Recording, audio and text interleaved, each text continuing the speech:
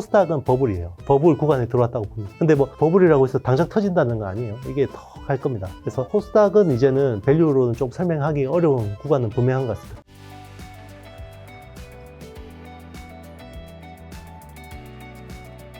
그렇다면 지금 시점에서는 대형주와 소형 부장주 사이에서 포트폴리오 비중 어느 정도 좀 조절해야 될까요? 일단은 2월까지 본다 그러면 대형주가 뭐 7에서 8? 중소형이라고 하지만 그 중에서 시총 큰 거 거기서 뭐 30% 정도? 그 정도가 딱 적절하지 않을까. 그리고 현금을 좀 확보해 놓는 것도 나쁘지 않은 것 같습니다. 2월 중에. 왜요? 혹시 모르니까 이제 조정 가능성이 명절 이후에 이게 또 조정이 왜냐면 지금 과열이기 때문에 네. 뭐 이게 또 변동성이 커질 수 있거든요. 네, 그런 것들 좀 감안해서 혹시 모를 뭐 약간 대비를 하는 거죠. 보험성. 네. 지금 이제 삼전이나 어쨌든 하이닉스 가지신 분들이 워낙 많을 테고 그분들의 마음은 팔고 싶은 심리가 전 가득할 거라 생각하거든요. 그렇죠. 저도 가지고 있는데 팔고 싶은 마음과 이게 어디까지 오를까를 모르다 보니까 주가가 지금 어쨌든 아직은 오르고 있는 방향인데 예를 들면 뭐 비트코인으로 친다면 비트코인 원래 한 1억 8천까지 갔잖아요. 그때도 이제 당연히 이 2억을 찍는다는 마음도 있었겠지만 팔고 싶은 심리가 되게 컸을 거라 생각하거든요. 그러다가 이제 지금 1억 미만 근처까지 떨어졌는데 지금은 못 오르는 이유 중 하나가 뭐 원래는 1억 8천일 때 사람들이 1억 밑에 떠지면 내가 다시 산다 뭐 이런 얘기 했지만 안 사고 있는 거잖아요. 그렇죠. 공포감에. 그렇기 때문에 저는 주가가 지금 1억 위로 막 가파른 다시 반등을 크게 못하는 것 같은데 자 지금 사람들의 심리는 어느 쪽이 좀 더 가깝다고 보시는지랑 삼성전자 SK하이닉스 그럼 팔아야 되는 타이밍 아까 전에 실적 얘기해 주셨고 또 다른 거 뭐 어떤 것들을 좀 유의미하게 봐야 될까. 왜냐하면 저도 그렇지만 많은 분들이 지금 비중 줄이고 싶은 마음이 있을 거란 말이죠. 익절하고 싶으니까. 또 사실 그 파는 거는 정답이 없죠. 그래서 본인의 재무 컨디션이나 상황에 따라 팔아도 되는데요. 뭐 지금 뭐 일부 매도해서 현금 보유하는 게 나쁘지는 않다고 생각합니다. 근데 다 팔지는 말자. 다 팔지 말자. 네, 그래도 아무리 현금이 필요해도 한 절반은 남겨놓자. 왜요? 절반 남겨야 되는 이유는 뭐예요? 왜냐면 상반기까지 업사이드가 더 있으니까. 더 있으니까. 네.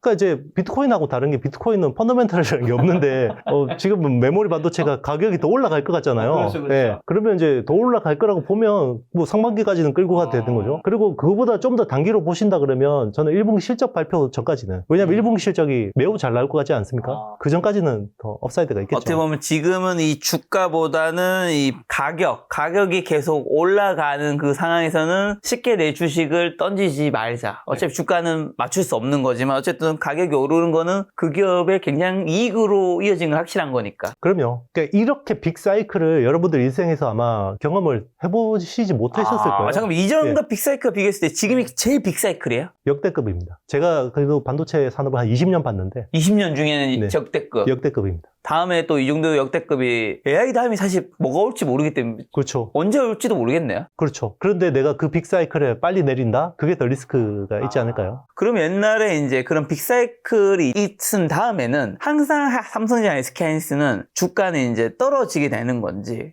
플러스로 이번에는 AI 사이클이고 뭐 여러 가지 다른 요소들이 있으니까 삼성전자 SK하이닉스가 옛날처럼 그렇게 이 경기를 안 타는 건지. 제가 딱 그랬어요. 2017년 슈퍼 사이클 때 그 반도체 업계 계신 분들이 다 그런 이야기를 했었거든요. 예전에 사이클 그런 식으로 해가지고 우리가 끝났는데 이번에도 당하겠어요? 이제는 공급사가 3개밖에 없기 때문에 옛날에는 되게 많았는데 이제 공급사가 3개밖에 없기 때문에 이거 뒤통수 안 맞아요. 근데 결과가 어떻게 됐냐? 뒤통수 맞았습니다. 사람은 같은 실수를 반복하는구나 생각이 드는데요. 결국 저는 이번 사이클도 그런 식으로 끝날 가능성이 높은데 다만 과거 사이클하고 이번 사이클이 다른 거는 지금은 어떻게 보면 수요에서 범용 수요보다는 이제 스페셜티, 주문형 수요가 많다라는 거죠. 그래서 주문형 수요 비중이 높으면 하방이 더 크다는 거예요. 그러니까 지금 이익을 80% 내다가 밀렸을 경우에 이익률 40% 낸다. 예전엔 적자 내고 그랬잖아요. 사이클 꺾이면. 근데 사이클 꺾였는데도 40% 이익 낸다. 그러면 멀티플이 좀 이제 버텨줄 수 있지 않을까. 그런데 중요한 거는 일단 사이클 끝나기 전에 주가는 파는 게 낫죠. 근데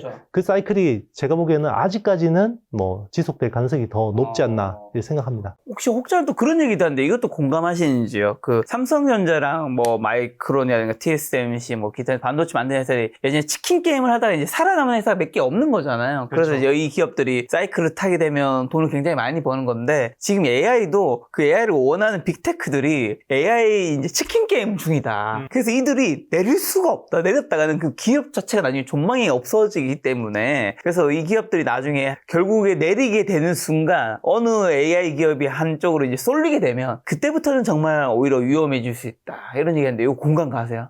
그게 이제 위험해진다라는 게 반도체 업계 말인가요? 그렇죠. 그럴 수도 있고요. 아닐 수도 있어요. 뭐가 다르냐면 예전에 그 중국이 춘추전국 시대로 막 여러 나라 쪼개져서 막 전쟁했잖아요. 네. 그때 군비 경쟁을 빡세게 했겠죠. 그런데 나중에 작은 나라들 다 없어지고 나라가 큰 나라가 한 두세 개 남았어요. 그럼 그때 군비 경쟁 덜 합니까? 결국은 내가 다 먹어야 되잖아요.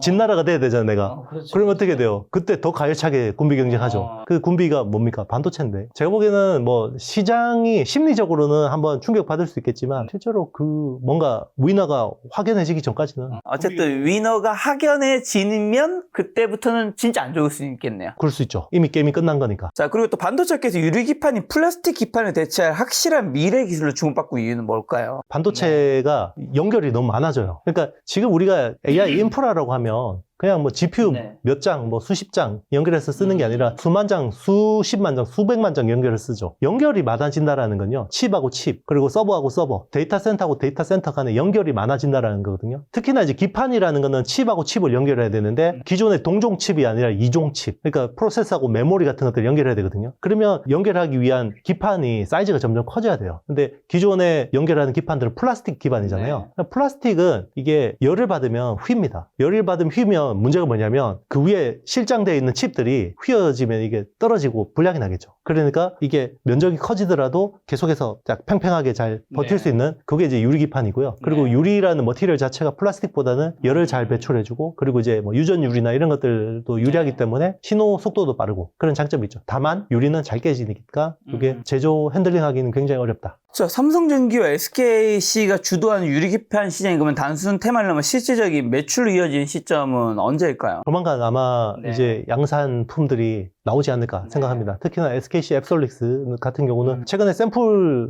성능이 꽤 괜찮다라는 이야기가 나오고 있고요. 그리고 이제 삼성전기 같은 경우는 최근에 이제 브로드컴이나 빅테크들이 굉장히 관심이 많아요. 그러니까 삼성 파운드리에 관심이 있는 회사들도 있겠지만 삼성 파운드리를 쓰면 이제 유리기판을 같이 쓸 수 있다 이런 이야기를 듣고 특히나 이제 HBM도 그렇지만 굉장히 좀 이제 그런 쪽에 매력적으로 보는 빅테크들이 적지 않습니다. 지금 잠깐 차트 보니까 삼성전기도 주가 굉장히 많이 올랐더라고요. 그렇죠. 이 두 기업은 앞으로도 더 오를 여지가 충분히 있다고 보시나요? 이게 AI 사이클이 끝나지 않는다 그러면 더 계속 오를 수 있고요. 그리고 삼성전기 같은 경우는 메인 비즈니스가 일단 MLCC라고 하는 적층 세라믹 콘덴서 그리고 그 플립칩 BGA 같은 기판이 있고 그리고 카메라 모듈이 있잖아요. 일단 두 가지 MLCC하고 플립칩 BGA 같은 기판 같은 경우는 AI 인프라 수요가 늘수록 계속해서 좋아져요. 삼성전기가 MLCC 전체 시장에서 마켓시어가 한 25% 되거든요. 그런데 AI 서버용 인프라 쪽에서 마켓시어, MLCC 마켓시어가 40%가 넘어요. 그러니까 이미 전방 시장이 AI 쪽으로 굉장히 많이 오리엔트 돼 있다고 볼 수 있는 거고요. 그리고 이제 AI에 쓰는 그 인프라는 전기 변동성이 굉장히 커요. 그러니까 칩이 다 돌아갈 때는 전기 소모가 엄청나게 크고요. 그리고 전체 데이터 센터에서 10%만 돌아갈 때도 있거든요. 그러면 그 버퍼를 MLCC가 해줘야 되거든요. 그리고 이제 플립칩 BGA 같은 기판들은 글로벌 잘하는 회사들이 이제 일본의 이비덴이나 신코덴키 같은 회사들이 있는데 걔들은 인텔 CPU나 AMD 같은 업체들한테 좀 바인딩이 돼 있어요. 그런데 지금 ASIC 개발하는 업체들은 이 바인딩이 됐기 때문에 CPU 업체들 제치고 뭔가 물량 따오기가 쉽지 않죠. 근데 삼성전기 같은 경우 그런 쪽에서는 오히려 좀 CPU 업체들하고 좀 약간 바인딩이 덜 돼 있고 그래서 좀 협력하기 좀 더 수월한 측면이 있습니다. 삼성전자, SK하이닉스 같은 기업들과 삼성전기나 SKC도 주가 방향 비슷하다는 거네요. 일단 거기서는 좀 이제 차이가 있을 수도 있어요. 두 회사가 지향하는 기술의 방향성도 좀 다르긴 하고요. 일단 SKC 앱솔릭스 같은 경우는 이제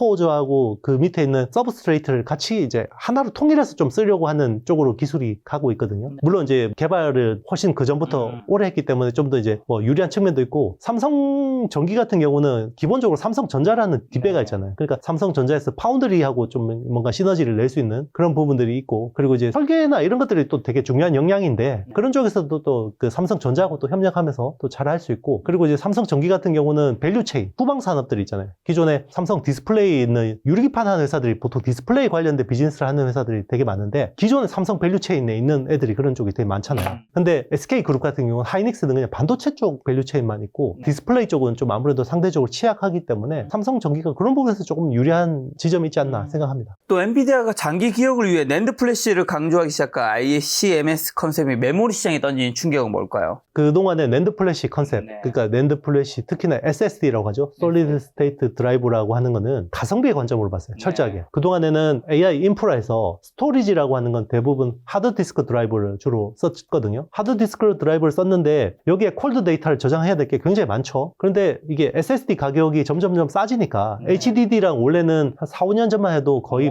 차이 많이 났죠. 거의 10배까지 나왔었거든요. 많이 날 때는. 용량당 단가가. 근데 재작년까지는 거의 2배까지 붙었어요. 그러면 SSD가 2배로 비싸지만 이게 이제 전기 소모도 적고 간접비나 이런 것들에 대해서도 효율적이니까 이제는 HDD를 SSD로 대체해야겠다. 이런 니즈들이 많았었죠. 네. 근데 이제 젠스왕이 이야기한 ICMS라는 거는요. 이게 AI 인프라의 성능을 높이기 위한 거예요. 성능을 높이기 위한 거라는 거는 제가 PPAC 이야기했잖아요. 그러니까 코스트 상관없이 성능이 좋아지면 투자할 수밖에 없는. 그게 낸드에서도 프리미엄 시장이 생긴 거죠. D램에서 HBM 시장이 생긴 것처럼 낸드에서도 ICMS 시장이 생긴 거고 ICMS 시장에서 제일 그래도 중장기적으로 유리한 거는 HBF라고 하는 하이밴드위스 플래시가 제일 유리할 수 있어요. 그런데 그쪽 기술이 아직 준비가 안 됐거든요. 그러니까 그 준비되기 전까지는 아마 낸드 중에 제일 비싼 거 그쪽이 이제 앞으로 그쪽 수요가 많이 늘어날 수 있죠. 그러면 낸드한테 전반적으로 굉장히 좋아지는 그림입니다. 그리고 또 데이터 센터 전력 효율을 극대화하는 CXL 기술은 삼성과 SK하이닉스 왜 중요한 걸까요? 일단 이제 메모리 수요가 너무 폭증하고 있거든요. 그러면 이제 그 CXL이라는 게 기존에는 CPU 따로, GPU 따로 일단 메모리 그 스토리지를 통합해서 그냥 공유해서 쓰는 컨셉이거든요. 그런 쪽에 이제 인터페이스들이 확장된다 그러면 이제 삼성전자나 SK하이닉스한테 유리해질 수가 있죠. 그리고 랜드 플래시 시장에서 저가형 하드디스크 대체하고 있는 ESSD의 폭발적 수요는 언제까지 지속될 수 있을까요? 낸드 가격이 좀 떨어져야 되는데 최근에 좀 낸드 가격이 다시 좀 올라가는 측면들이 있잖아요. 그래서 이게 또 다시 HDD랑 SSD 가격이 좀 더 벌어진다 그러면 그 속도가 조금 슬로우해질 수는 있는데 중장기적으로는 뭐 그게 이제 축소돼서 대체되는 흐름으로 갈 거라고 보고 있습니다. 그리고 엔비디아 실적 성장세가 둔화된다면 그 온기가 가장 먼저 식을 반도체 섹터는 어디가 될까요? 일단 엔비디아가 둔화된다 그러면 네. 반도체 전반이 다 한번 출렁거릴 겁니다. 출렁거릴 수밖에 없어요. 네, 엔비디아가 일단 그동안에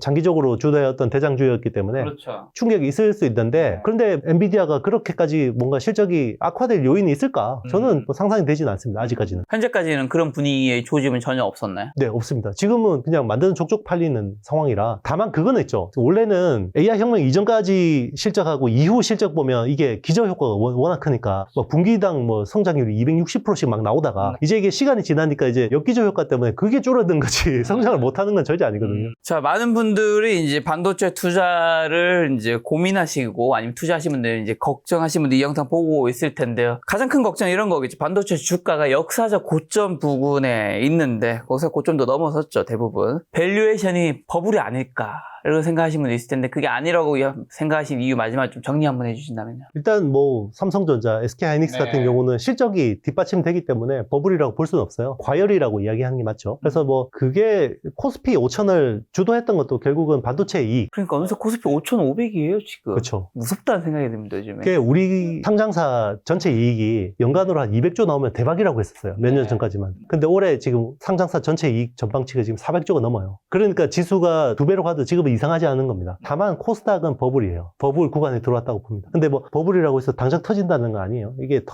갈 겁니다. 그래서 코스닥은 이제는 밸류로는 좀 설명하기 어려운 구간은 분명한 것 같습니다. 코스닥은 오히려 코스피보다 별로 안 오르지 않았나요? 근데 버블이에요? 밸류에이션이 중요한 거죠. 아, 밸류에이션이. 네. 밸류에이션이 중요한 거죠. 코스닥 전체 이익 해봐야 네. SK하이닉스의 10분의 1도 안 되는데 시총은 비슷하잖아요. 대통령이 코스닥 3천을 외치는 시대에 코스피 5천까지 왔으니까 코스닥 3천까지 가야 하지 않을까라는 기대감을 많은 분이 하고 있는 것 같은데. 그렇죠. 그러면 코스닥 기업들이 그만큼 이익을 내야 되는데 코스닥이 갑자기 이익이 10배 날 수 있을까요? 항상 궁금한 건 코스닥이 만약에 진짜 실제 3천을 간다면 코스피는 얼마를 갈까요?